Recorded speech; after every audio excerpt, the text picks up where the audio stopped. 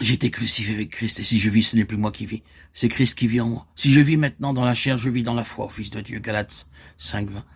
Vous voyez, la résurrection, ici, dans ce verset, est implicite. Il en est ainsi dans toute cette lettre aux Galates. C'est la base de Dieu pour réaliser son intention. Et si, en vérité, il doit y avoir la patience de la foi, s'il doit y avoir toutes ces autres choses, en tant qu'expression de la foi, il est tout à fait aussi essentiel et indispensable qu'il y ait la résurrection comme base de Dieu. Maintenant, élargissez cela, et vous apercevrez que Dieu réclame cette base-là, que tout le dessein de Dieu et toutes ses intentions sont réalisées sur la base de la résurrection. Maintenant, il y a un vaste champ, mais cela est récapitulé dans le cas du Seigneur Jésus, car toutes les Écritures se trouvent rassemblées en lui. Il est la somme de tout, dans la parole de Dieu. Tout se retrouve en lui. Tous les autres types, symboles et ombres se trouvent simplement rassemblés en lui. Tout le dessein de Dieu, pour tous les âges, se concentre en lui, et pas la moindre particule de ce dessein ne peut être accomplie si ce n'est sur la base de sa résurrection d'entre les morts. Laissez le crucifier, et le dessein de Dieu est entièrement manqué. C'est par la résurrection des morts que tout se trouve réalisé, et c'est là une loi qui gouverne. Quant au peuple du Seigneur, ceci signifie qu'il doit œuvrer de telle sorte avec eux, qu'il ait en eux la résurrection comme base positive et bien déterminée. Bien sûr, il n'y a pas la résurrection là où il n'y a pas de mort, et donc, en vue de la résurrection, il faut que la mort ait lieu. Mais je préfère considérer la mort comme le côté positif, et préférerais ne pas mettre en valeur la croix du côté de la mort, mais seulement pour ce à quoi elle conduit, et ce qu'elle rend possible, à savoir la résurrection. Dieu se tient toujours du côté positif. Ainsi, le Seigneur tente de trouver en nous la foi en vue de la résurrection. Or, Abraham, encore une fois, fut éprouvé à ce sujet par rapport à la foi. Ce fut la puissance de résurrection qui, à la fois dans son cas et dans celui de sa femme, en tout premier lieu, amena Isaac.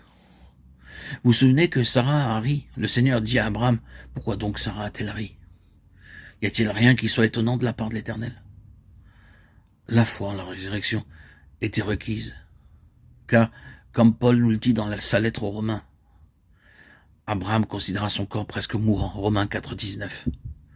Dans sa foi, il crut Dieu quant à la résurrection dans cette première circonstance. D'autre part, quand arriva l'offrande d'Isaac, il crut Dieu. Il nous a dit qu'il obéit parce qu'il croyait que Dieu pouvait le ressusciter d'entre les morts. Ce fut la foi en la résurrection qui fournit à Dieu ce qui était nécessaire en vue de l'accomplissement de son intention. Combien nous sommes éprouvés par cette chose même. Le Seigneur permet parfois que les choses aillent très loin, à la fois dans nos vies individuelles et aussi corporativement. Il permet ces phases où tout semble comme si la mort avait la victoire. Et nous n'avons jamais réellement l'impression de parvenir à la place où la foi n'est plus testée sur ce point-là. Si nombreuses que soient nos expériences et les fois où nous avons pu les traverser et en ressortir dans la résurrection et le triomphe, il semble cependant que nous ne parvenons jamais là où nous ne pouvons plus être éprouvés. Chaque nouvel assaut de la mort, chaque nouvelle expérience où les choses semblent aller tout à fait au plus mal, nous trouve très éprouvés. Voici tout ce qui est lié à cela. Nous sommes très éprouvés. Cela signifie que nous sommes dans une position où il est tout à fait possible, pour le moins, de tout remettre en question. Des questions au sujet du Seigneur, des questions au sujet des choses pour lesquelles nous avons fait les plus grandes déclarations d'assurance. Aucun qui sait réellement cela me dira « je ne douterai plus jamais », mais je pense avoir fait quelques progrès. Le Seigneur s'assure la possession en nous d'un point d'appui qui va grandissant.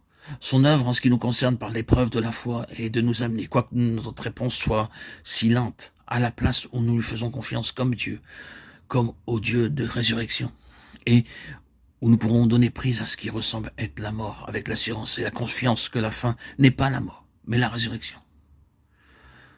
Encore une fois, c'est la base que le Seigneur doit posséder, la foi en lui comme au Dieu de la résurrection. Quand dans un cas donné quelconque, c'est une question de vie ou de mort, alors on en vient à ce mot extrême, impossible.